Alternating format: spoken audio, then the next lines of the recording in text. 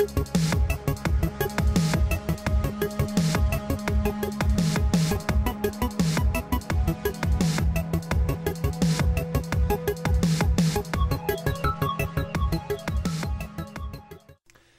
up, guys? How are we doing today? We're going to have another video here.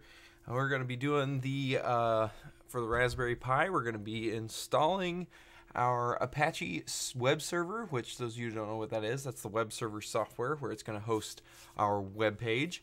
Also, we're going to be installing the Java JDK, which is the Java Development Kit, so that we can write some programs using Java. Now, Java is different than JavaScript. JavaScript is a scripting language for web-based stuff, whereas Java, just plain Java, is an actual applications program. However, you can design Java applets, which is what we will be doing, and embed them into HTML code fairly simply and have fully functional Java applets embedded into your web page. So first thing we got to do is we've got to install our Apache server.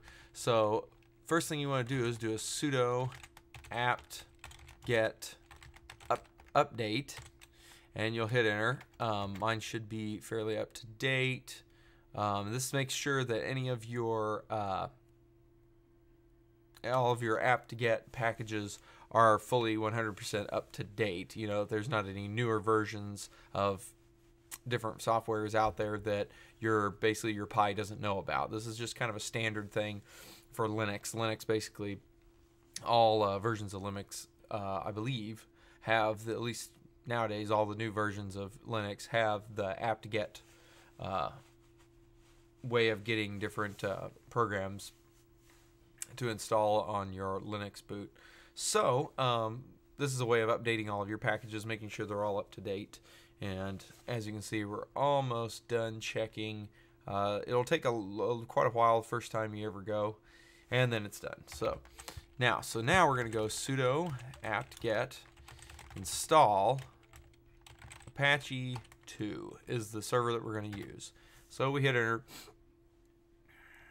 and give us a minute to find everything. It's going to ask if we want to install it. Yes, we do. Enter. And then now it's going to go ahead and install the Apache web server service onto our system. So we're going to go ahead and let that install. While that's installing, I'm going to show you guys where we can get the just so we can get all the downloads out of the way. I'll pull up a web page here. If you go to this link, and I'll put this link in the description because it's fairly long. But basically, your Java SE Development Kit 7, we're up to 7U21 is what we're up to now. It is over here at. There's one, if you notice. I have to zoom in real quick. I'll zoom in for you guys. There's one that says Linux ARM 6 version 6 version 7 soft float ABI. What this is an actual Java JDK for the actual ARM processors, for basically any type of ARM development that you're going to be messing with. So like us, that's what our Raspberry Pi's core is. So you'll just click on this to download it. Now I've already downloaded it, so I'm not going to click on it, but basically you click on that to download the JDK, which we will then install. I'll show you how to actually get that over to your Pi and install it.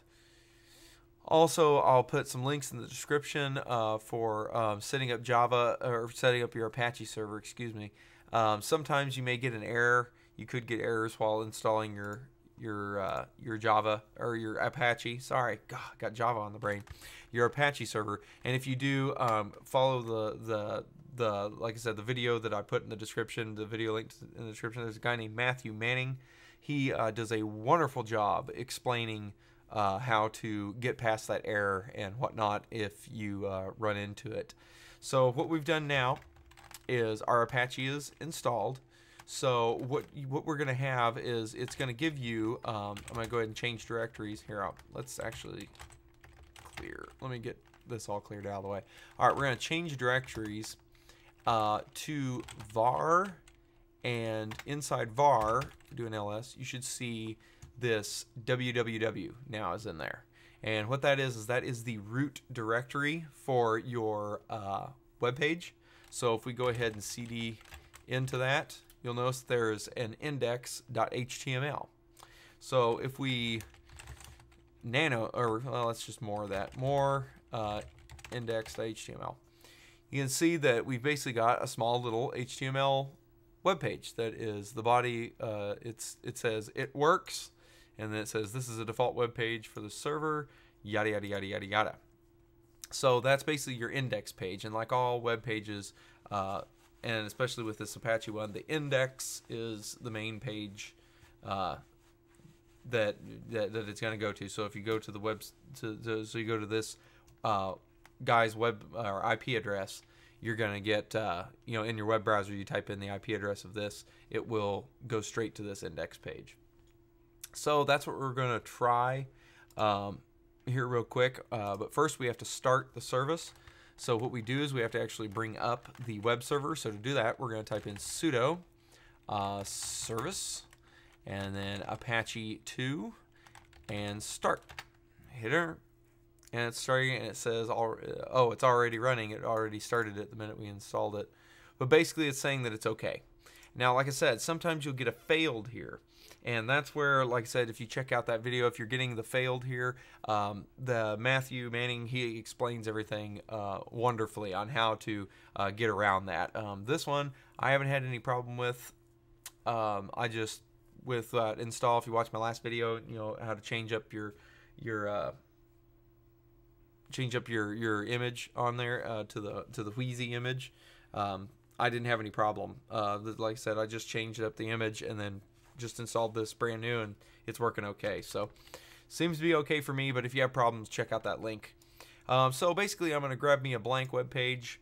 The default port for this is port 80. There are ways and methods to change it, but I'm not gonna. This isn't an Apache demo here. I'm just gonna blow through what we need for it. So if you want to know those different things, there are tons of videos on YouTube. You can check them out.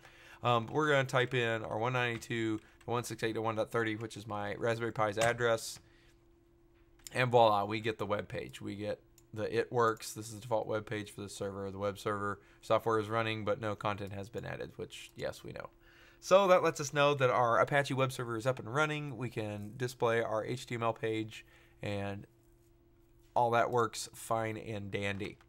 So, okay, now what we've said, we know that works. Now we're going to go back to basically our JDK that we downloaded. And like I said, you get that. I'll put a link in the description, but you get that from here, and you want to choose the ARM one, the tar.gz. You want to choose that. So once you get that downloaded, what that will do is we need to get it over to the Pi.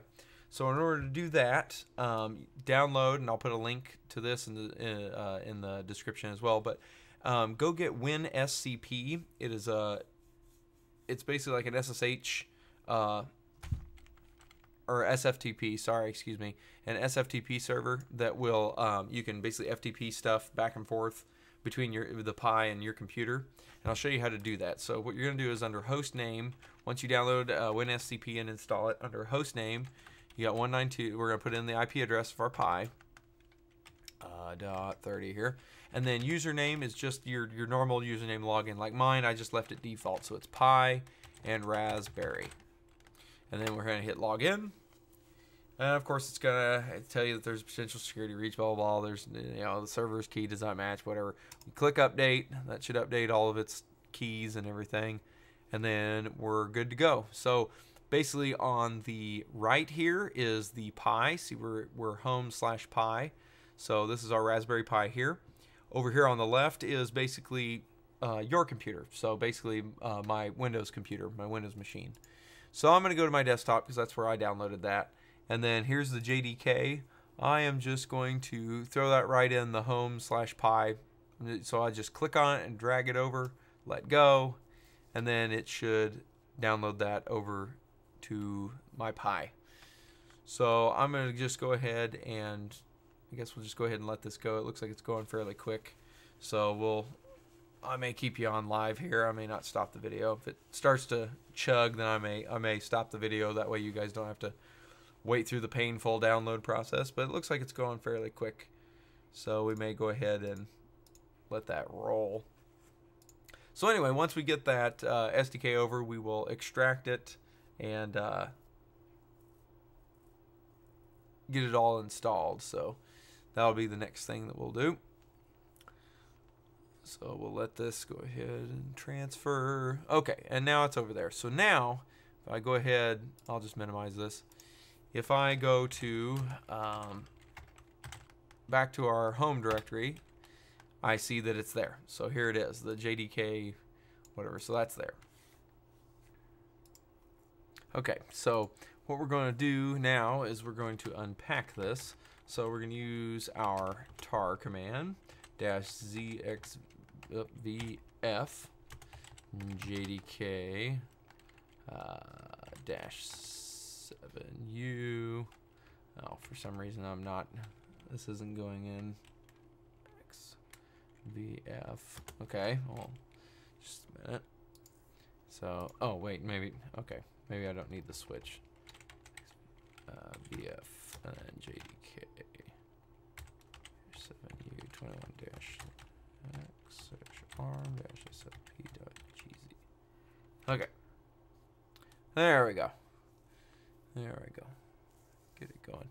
So this will extract it all. Just take it a little bit to get it all extracted. So I'm going to pause until it becomes all distracted. So I'll be back in, extracted. So I'll be back in just a second. Okay, we are finished. So what I'm going to do is actually now this should be installed. Yeah, it's right here on the desktop. Or in, I'm sorry, not desktop, but in our home directory. I don't really want it in our home directory. I'd like to create it somewhere else or put it somewhere else. So what I think I'm going to do is I'm going to place it in the OPT area. So what I'm going to do is I'm going to make a directory in the OPT directory. So what we're going to do is we're going to say sudo mkdir for make directory -p -v/opt/java. So we're going to create a folder named Java in OPT. So we created that. Now what we're going to do is we're going to move our JDK that's here over to that Java folder. So we're going to use the mv command, home directory /JDK 1.7.0_21, and we are going to move that to opt/Java. And so, oh well, cannot move. Oh yeah, I forgot. You gotta use sudo here, so that way it'll have permission. There we go. So okay, so we just moved it over there. So now we're gonna go ahead and see, now it's not there. So we're gonna go ahead and remove the JDK -7u.gz. We're basically gonna remove that zip file because we don't need that anymore. So that's all good and gone.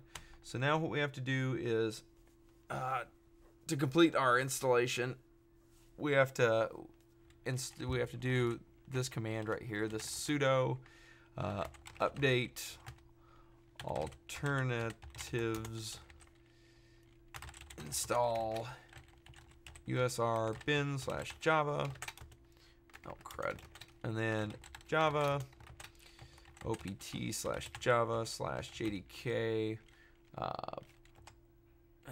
There we go.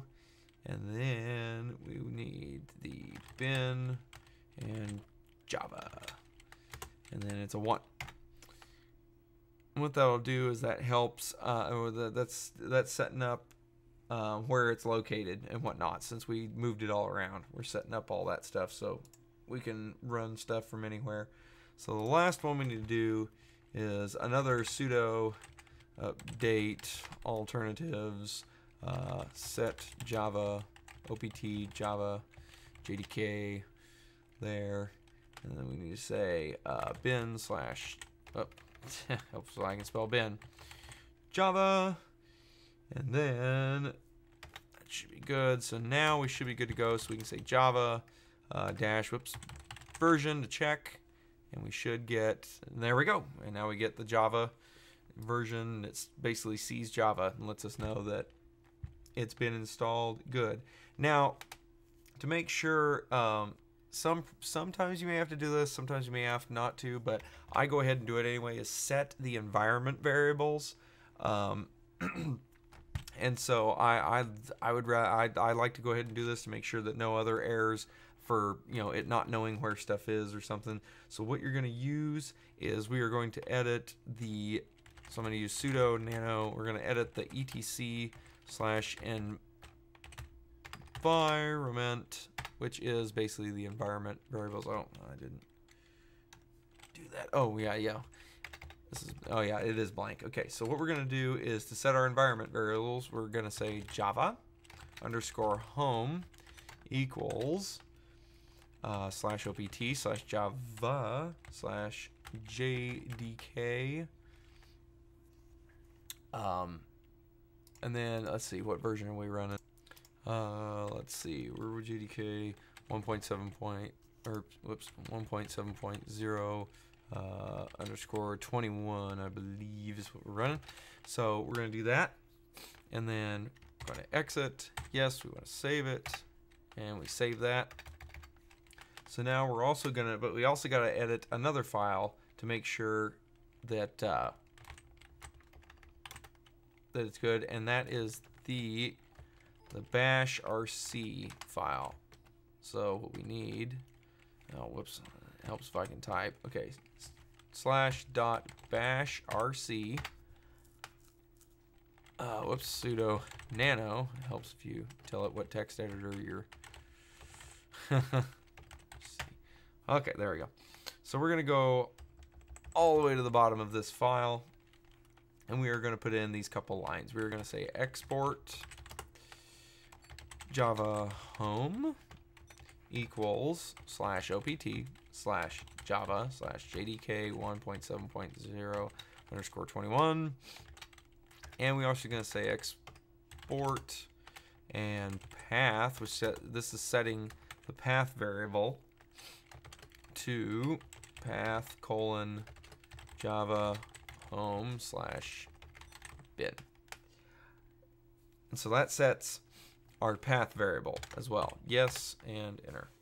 So that sets our path variable. Now all of the variables and everything is set. So why don't we go ahead and just create a quick little program, make sure that it works. So we're going to do, as all programming, anybody that's involved in programming knows, we're going to do the simple yet wonderful Helloworld program. So let's just create it right here. I'm just going to say sudo nano helloworld.java is what we're going to name it.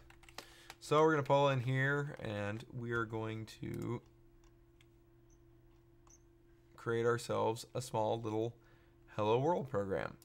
So with the Hello World program, what we're going to do is we're going to create a public class, Hello World, and this is going to be then tab over and say public static void main, and this is going to be a string args. That's what this one's going to be. And then we are going to say system.out.println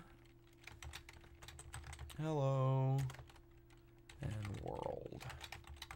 All right, so that should give us our Hello World program. So yes, we're going to save it. Now to compile it, we're going to say Java C for Java compiler, and then hello world.java. And of course, it's going to give us, maybe we have to use sudo.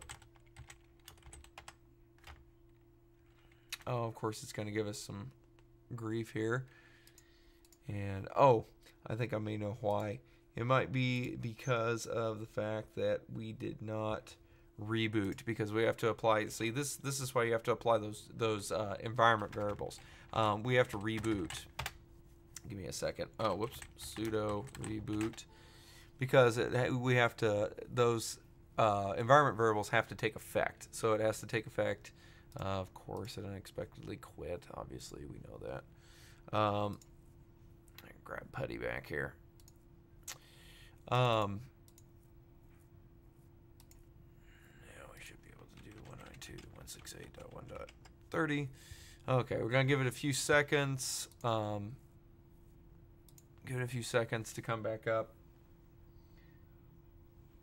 Which it'll be just a minute for it to reboot. And then, but what you want to do is with those environment variables, they've got to be set during startup. And so since we just changed them, we got to reboot to get those to stick. Otherwise, you have to actually tell it. I could have gone ahead and I guess done that, but you have to basically give it the path of where the Java compiler is, you know. But since we set our environment variables, that way we can call the Java compiler from anywhere, and it should run. So, but I forgot about that reboot sequence here. Okay, here we go. We're all ready to go now. Pi. So Rasbperry. Okay, there we go. All right. So our Java program is still there. So we do Java C. Whoops. Hello world, and hit enter. And this should. Yep. It looks like it's compiling. So it usually sits for a minute. It takes it a second to compile. So we'll let it compile. Hopefully I don't have any errors. I don't think anything. Nope, I didn't have any errors. If you have errors, it'll just go ahead and print them out and tell you what they are and what lines and everything. Oh, that's something I want to share with you guys. It's a cool little trick. Let's go back to our Nano. If you want Nano to tell you what line numbers as you're on them, you give it the -C switch. And then we'll do the hello world deal. And then when you open it up, if you notice down here at the bottom it says read 7 lines. As I move, it's going to tell me what column and what line and what column and what character and what column and all that stuff where I'm at. So that way when your compiler throws errors and tells you it's at, you know, column 3 of line 10 or something like that, you can move your cursor to that exact spot and you can see exactly where it's talking about the error. So that's kind of cool. So just remember that it's the -C switch for Nano allows you to do this. Well, now if we do an ls, now that we've compiled, we see that we've got a class file. This helloworld.class. That is basically the executable for a Java program. So we just call Java and then the hello world and hit enter. And voila, there we go. Hello world. So everything compiled properly, everything's working good. So now we basically have a Java program. We have, or at least we have the Java programming language installed. We have the Apache web server installed.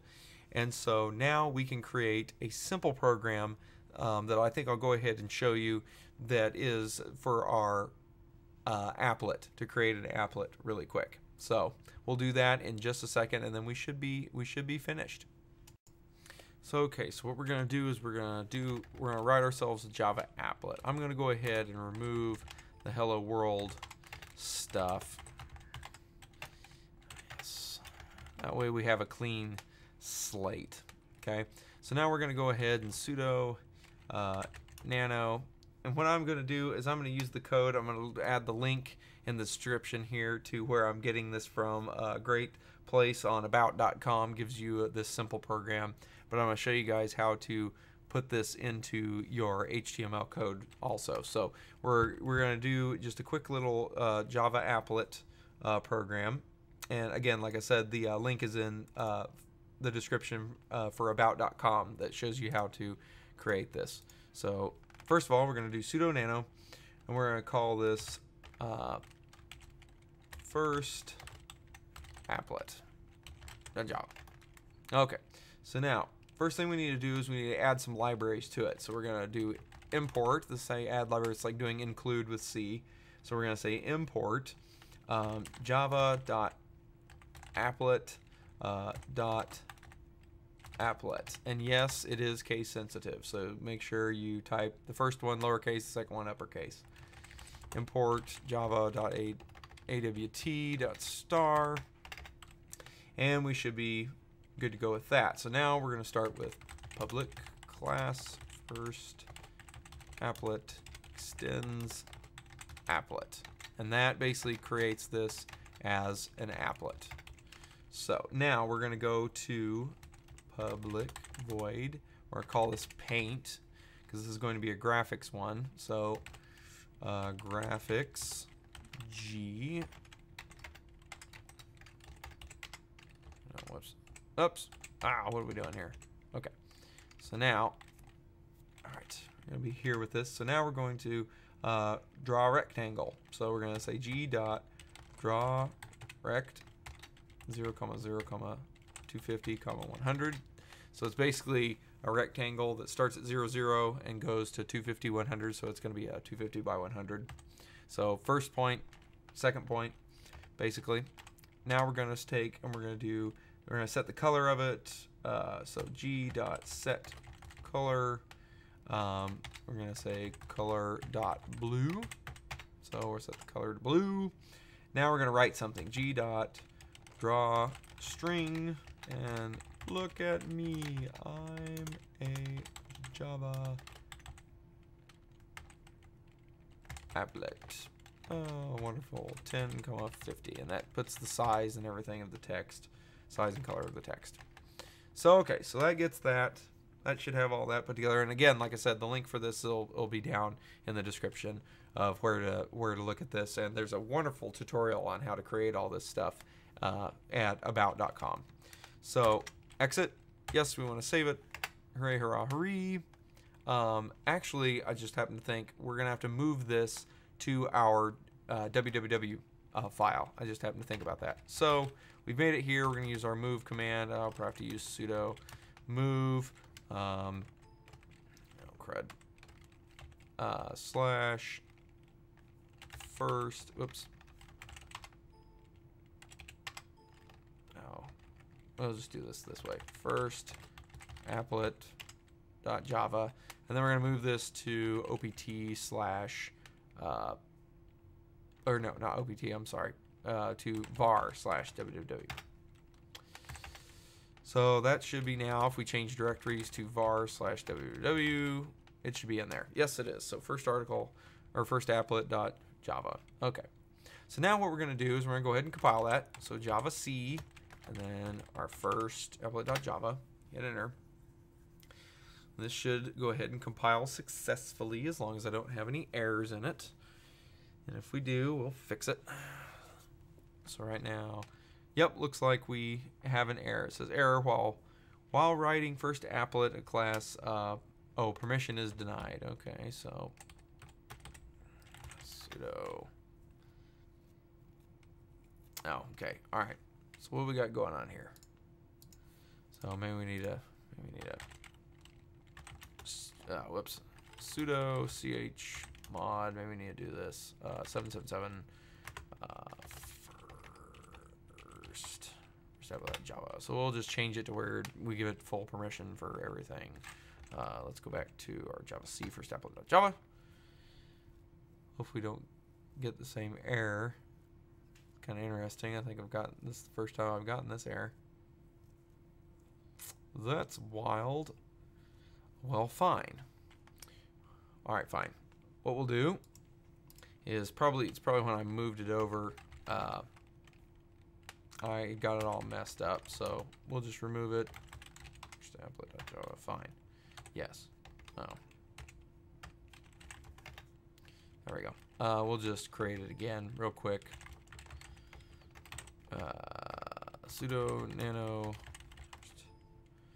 applet.java. Okay. The miracle of cut and paste. Ha ha ha. All right. Exit. Yes. Go. Java C. First applet.java. All right. Let's try this again. So we'll give this a minute to compile. Hopefully we should get no errors this time. And of course it's going to still give us an error. What fantastic fun. Okay, so maybe it's having problems with the folder. So let's just have a little bit of troubleshooting here. See, even when I do it, some stuff isn't perfect. WWA folder. Okay. So now let's try this now. Where are we at? Where's it at? There we go. Let's try it again. Maybe it's having a problem that it can't actually write the class file. Since it's saying permission denied writing the first applet class, maybe it's not getting its permission. That's what it was. There we go. Okay, so there you go. There's something to note. You have to do a change mod on your www folder, so that way you can do compiling and stuff like that. Otherwise, you have to be super user to actually read and write from that. So, and those of you that don't know what chmod is, just Google it. There's bazillions of information of what that is. All it does is basically just permission changing, and 777 gives full access to everything. It's like doing, I think there's a switch to, I think it's RWX or something for read, write, execute. I don't remember, but anyway, basically what that does is allow everything, allow full access. So now that we got that, we got our class created. Now we need to edit our index. So sudo nano index.html. So now all we need to do is we need to add the applet code. So I'm just going to add that in the body as well. That way it just kind of comes up in the body of everything. I'll add the applet code into the HTML. So what we need to do is come into our little HTML file here, and we're going to have a, oh, come on, let's work here. We're gonna add, I hope you guys can see this. This blue is horrible. I gotta figure out how to get nano, change the colors in nano, because I do not like this blue for HTML. It's horrible. Blech. But anyway, we're gonna do a less than sign. You're gonna put in applet, all lowercase, space, code, equals, and then the name of the class file, not the Java file. That's the source file. Java is source file. But the class file, which is first applet.class. Okay, end quotes. Then we can set the width and the height, though. We'll say width equals, open quotes, 300, space, height equals, open quotes, 300. Just make it square, why not? And then your end bracket or greater than sign. And that's basically it. Control exit, we'll say yes to save, and that should be basically it. So now if I grab me a web window, type in our stuff, I should, as long as my Java's working, here we go. It says I accept, and as you can see, it's sitting here loading. You say run. Voila, there it is. Look at me, I'm a Java applet. And as you notice, even though I'm zooming, since we set the height and width of it, it won't change as you move it around. The height and width is what the height and width is. So since we set that, obviously, with the applet command in HTML. So there you go, folks. That's how to install. I know this video was trailed on for quite a while. It was fairly long, but there was a lot of information. I just didn't want to really have to segment it all up. But anyway, there it all is. That's how you install your Apache web server, install your JDK for Java, how to set your environment variables to make sure that you can run your Java C and Java compiler and executing things from anywhere. That way you don't have to use all of that, all the paths and everything. Setting up your environment variables, as well as how to go ahead and build your first applet and embed it into your HTML code. Like I said, there'll be quite a few links at the bottom of this since there was so much information covered. Please check those links out. Check out if you have any errors with your Apache, check out that Matthew Manning and check out his video, and also click subscribe on his stuff. He's got some great Raspberry Pi stuff, so check that out as well as for me, like, subscribe, share, all that good fun stuff, and we'll catch you next time when we start diving into controlling the GPIO with Java. And so that way we can get a step closer to controlling it all from the web. As always, thank you guys for watching and subscribing, and keep on programming and keep on building things, because that's where the fun is. All right, folks, my time's up now. I've rattled on forever. That ought to do it. Take care, guys.